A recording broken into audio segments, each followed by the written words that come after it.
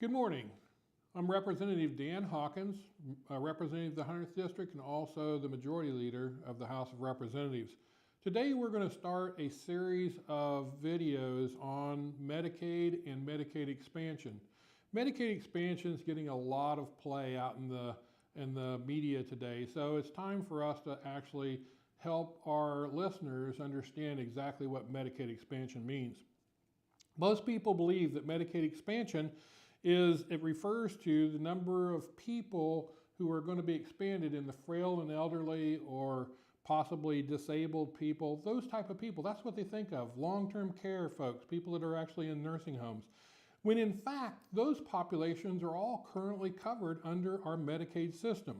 So Medicaid in Kansas is called CanCare, and it provides coverage for the following populations. Frail and elderly is the first one. Pregnant women up to 150% of the poverty level. Mothers within 1 year of birth up to 150% of the poverty level. Children whose parents are below 250% of the poverty level, and we call those CHIPs. Parents of children up to 38% of the poverty level. Disabled, the people who are disabled through the Social Security Administration, and also those people who are waiting on a determination of their disability through Social Security. The physically disabled, the intellectually and developmentally disabled, traumatic brain injuries, the blind, and children with autism. There are 12 populations that we currently cover. In addition, the state supports the following program with Medicaid dollars. They provide money to community mental health centers who support the mentally ill who are uninsured.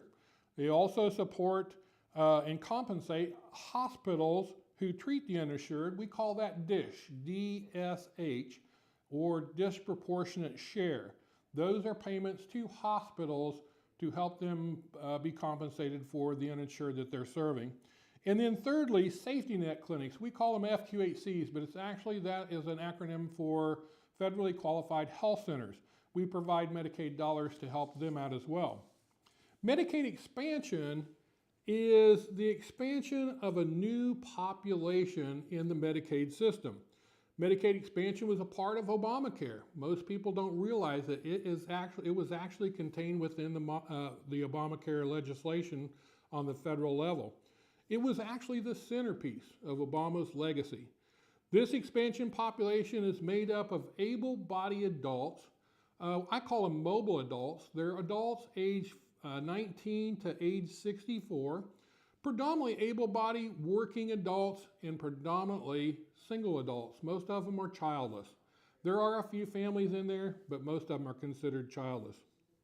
What's interesting about that population is they say that they don't have coverage, and they don't if they don't work.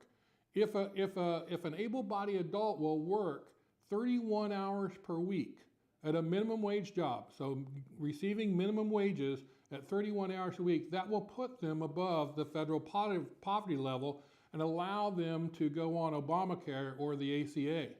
They'd have very low cost, if any cost, because of their income.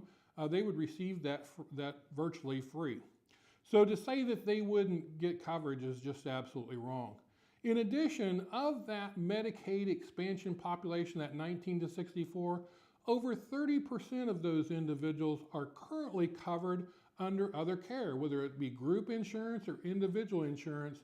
Medicaid expansion would force them off of their current coverage. We call that the crowd-out effect, and that's basically taking people that are currently covered and putting them on free care with the state Medicaid, the federal state partnership of Medicaid. I don't think most people, when they understand that, really want that to happen.